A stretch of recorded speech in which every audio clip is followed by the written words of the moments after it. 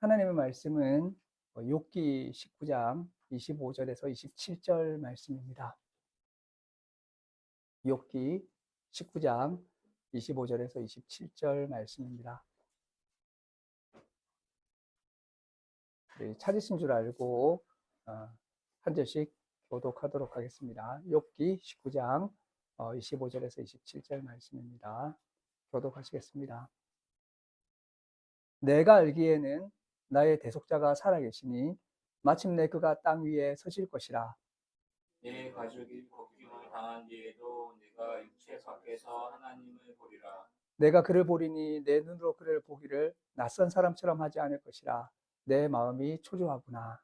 너희가 만일 이르기를 우리가 그를 어떻게 칠까 하며 또 이르기를 그를 내게 전하신대. 네, 하면 여기까지 읽도록 하겠습니다. 네. 다들 열심히 읽으시죠. 네. 오늘은 부활절입니다. 우리 옆 사람과 인사할까요? 해피 이스터로. 예, 해피 이스터. 예. 우리 예수님의 부활을 기념하는 주일입니다. 이 부활은 우리 기독교에서는 최대의 사건이고 가장 중요한 사건이죠. 사실 매 주일이 부활절을 기념해서 우리가 모이는 날입니다. 부활을 기념하는 날이고, 그래서 매 주일이 부활절이고 매일이 부활절이죠. 아침에 눈을 뜨게 되면 우리가 부활의 기쁨 가운데서 눈을 뜨고 살아갈 수 있습니다. 이 기독교인에게 삶이라고 하는 것은 부활절의 삶입니다. 그래서 우리가 부활절에 부활의 하나님, 부활하신 예수님을 만나고 나의 부활, 우리의 부활을 깊게 깨달아야 될 것입니다. 이걸 깊게 깨닫고 믿으면 진정으로 기쁨과 소망 가운데서 우리가 살 수 있을 것입니다. 근데 이 부활이라고 할 때 이 부활은 그냥 영원히 사는 것이 아닙니다. 이 부활이라고 하는 것은 죽고 다시 사는 것을 의미하게 됩니다. 죽고 나서 다시 일어나는 것을 의미합니다. 죽는다는 것은 완전히 쓰러진 것이고 다시 부활한다는 것은 새롭게 일어나는 것을 의미하는 것이죠. 그래서 부활이라고 하는 것은 죽음과 연결되어 있습니다. 한 번 죽는 것은 사람에게 정하신 것이고 우리는 죽음을 벗어날 수가 없습니다. 이를 생각하면 슬프고 또 두렵기도 하죠. 나도 죽을 수 있고 내가 사랑하는 사람도 죽을 수밖에 없다는 사실은 참으로 두려운 일입니다. 그리고 이제 나도 내가 사랑하는 사람도 결국에 죽는다는 사실이 우리를 무겁게 누릅니다. 죽음과 부활, 십자가와 부활은 서로 연결되어 있고 따로 볼 수 없는 것입니다. 우리는 늘 예수님을 바라보아야 하는데 특별히 예수님의 십자가를 바라보아야 할 것입니다. 혹시 지난 고난주간 동안 예수님의 십자가를 바라보고 사셨는지요? 네, 그러나 이제 십자가만 바라볼 것이 아니라 우리는 늘 부활을 함께 보아야 할 것입니다. 오늘 우리는 욥기의 말씀을 통해서 이 죽음과 부활, 십자가와 부활을 묵상하고자 합니다. 욥기에서 이 욥이라고 하는 분은 십자가하고 매우 가까운 분입니다. 십자가의 고난과 매우 가깝고 그리고 또한 이제 구약 성경에서 부활의 소망을 잘 보여주는 분입니다. 욥을 통해서 우리는 우리 삶에 드리워진 고통과 죽음을 묵상하고 또 그러한 처절한 고통과 죽음 가운데서도 부활에 대한 소망과 믿음을 가지고 살아가는 삶에 대해서 알 수 있을 것입니다. 특히 오늘 말씀 가운데 26절 한 번만 더 같이 한번 읽어볼까요? 같이 읽도록 하겠습니다. 시작. 내 가죽이 벗김을 당한 뒤에도 그가 육체 밖에서 하나님을 보리라. 이 짧은 말씀 가운데 욥의 고난이 집약되어 있습니다. 욥은 원래 동방에서 이름 높은 부자였습니다. 매우 거대한 부를 가진 분이었습니다. 근데 욥은 부자일 뿐만 아니라 신앙생활도 잘해서 성자 같은 삶을 사는 사람이었습니다. 하나님께 늘 예배를 드리고 심지어 자녀들이 죄를 범할까 늘 제사를 드리던 경건한 사람이었습니다. 가난하고 힘든 사람들을 도와주었고 힘을 주던 사람이었습니다. 정말 풍요하고 아름다운 복받은 사람이었고 큰 부를 가지고 많은 자녀를 두고 행복하게만 살아가던 사람이었습니다. 그러나 욥은 온전히 망했습니다. 전 재산이, 그 거대한 재산이 짧은 시간에 사라졌습니다. 이 추락하는 것이 날개가 있다는 말이 있지만 그렇게 높게 날았다가 그렇게 수직으로 추락하는 것은 쉽지 않은데 욥은 거의 수직 낙하해 버렸습니다. 뿐만 아니라 자녀들이 죽었습니다.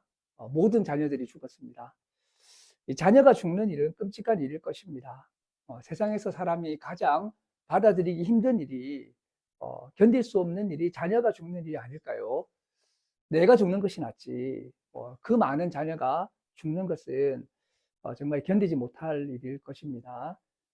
주변에 제가 봐도 요즘 이렇게 이제 뭐 군에 이렇게 자녀를 보내는 부모님이 계신데 전쟁 나면 어떻게 하나 걱정하시면서 차라리 내가 대신 입대하겠다.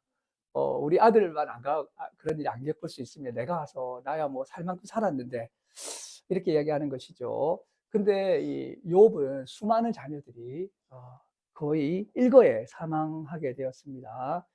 자, 그런데 거기에 그치지 않고 몸에 병이 났습니다. 그래서 이제 그 아주 거친 물건으로 피부가 너무 가려워가지고 피부를 긁어야 됐고 온몸의 피부가 다 상하게 되어서 외모도 다 상하게 되는 인간이 겪을 수 있는 비참함의 극치까지 간 것이죠. 자, 그래서 이것이 이제 거의 이 정도 오게 되면 우리는 한 인간의 비극의 정점을 보게 되는 것입니다. 내가 이제 신체 외적으로 가지고 있던 모든 것, 내가 사랑하는 모든 것 다 잃어버리고 심지어 몸에 병이 들어서 내 외모까지 다 훼손되어 가지고 피부를 이런 딱딱한 물체로 거친 물체로 긁어야 되는 것은 인간이 거의 제로 지점까지 도달하게 되는 가장 큰 고통이 아닐까 생각이 됩니다.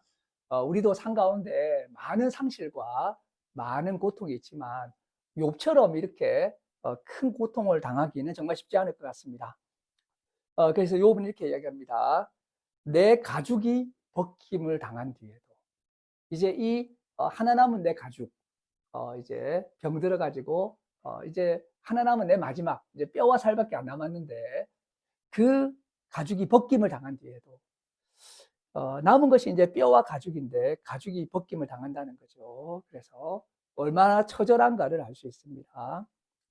오늘 본문 말씀 20절을 보게 되면 19장 20절을 보게 되면 내 피부와 살이 뼈에 붙었고 남은 것은 겨우 잇몸뿐이로구나. 나의 친구야 너희는 나를 불쌍히 여기다오. 나를 불쌍히 여기다오. 하나님의 손이 나를 치셨구나. 너희가 어찌하여 하나님처럼 나를 박해하느냐. 내 살로도 부족하냐. 삶의 최저점에 떨어져서 처절하게 부르짖는 욥을 볼 수가 있습니다. 우리 이러한 욥의 모습에서 예수 그리스도를 생각할 수 있습니다. 사실 욥은 예수 그리스도를 가리키는 인물이고 예수 그리스도를 상징하는 인물입니다. 이사야 53장에 고난받는 하나님의 종처럼 예수님을 가리키는 주요한 구약의 증인인 것입니다. 욥에게도 고통과 죽음의 위협이 있었고 예수님에게도 죽음과 고통이 있었습니다.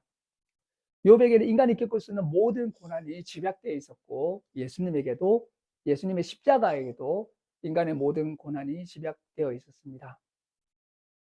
이게 참으로 무거운 말씀이죠. 왜 이런 일이 일어나는지 이해할 수가 없습니다. 하나님께서 왜 이러시는지 우리는 다 알 수가 없습니다.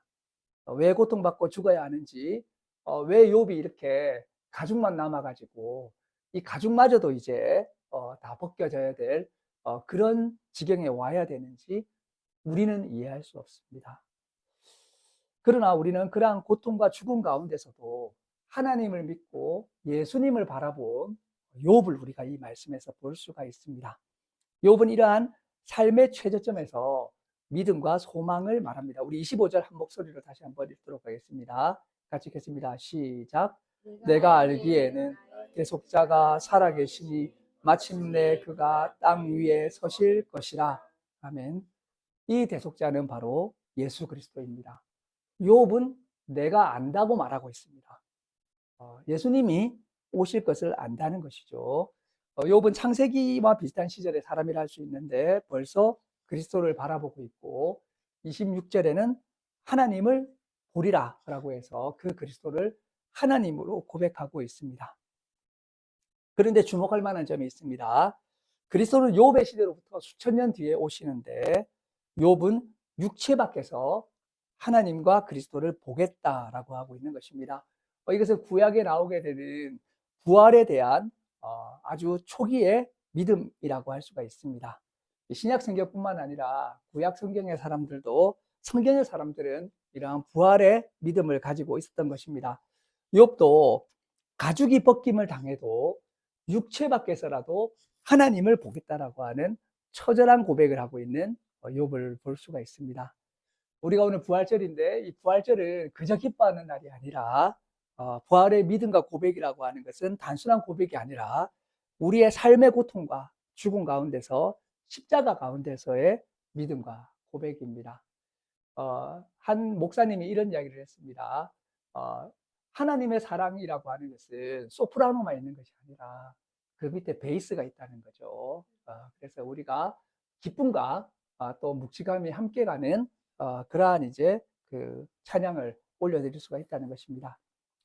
이 부활의 믿음과 소망은 십자가의 고난을 모르지 않는 부활의 믿음과 소망입니다. 그래서 조나단 에드워즈는 부서진 마음의 기쁨이라는 말을 했습니다. 깨어진 마음의 기쁨. 우리가 이 부활의 기쁨이라고 하는 것은 내 마음은 깨어졌는데 그러나 또 기쁘다는 것입니다. 부활의 기쁨은 부서진 마음, 깨어진 마음, 파괴된 마음, 심지어 처참한 마음, 그 마음이 있으면서도 동시에 기쁨으로 바뀐 십자가를 통과한 기쁨입니다. 우리는 이것을 다 이해할 수 없습니다. 우리는 고난이 왜 일어나는지도, 전쟁이 왜 일어나는지도, 선량한 사람이 왜 죽는지도, 정의로운 사람이 왜 죽는지도 모릅니다.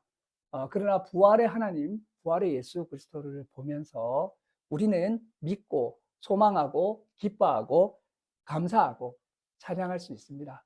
우리 이 부활절에 이러한 죽음을 이기시고 십자가를 이기시고 승리하신 그리스도, 또 고통의 한가운데에서도 그리스도를 바라보면서 부활의 소망을 가졌던 욥을 보면서 우리도 이 부활절에 주님의 기쁨 가운데서 부활을 축하하는 그러한 이제 그 하루, 그러한 주간을 보내면 좋겠습니다. 네, 기도하시겠습니다. 하나님 감사합니다. 우리 삶에 이해할 수 없는 것들이 너무나 많음을 고백합니다.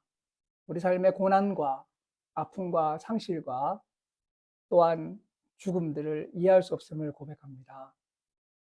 우리가 이해할 수 없는 하나님의 깊은 뜻이 있음을 믿습니다.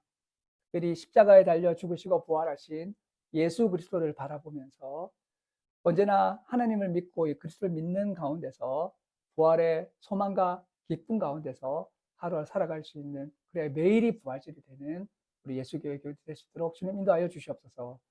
감사드리며 예수님의 이름으로 기도드립니다. 네.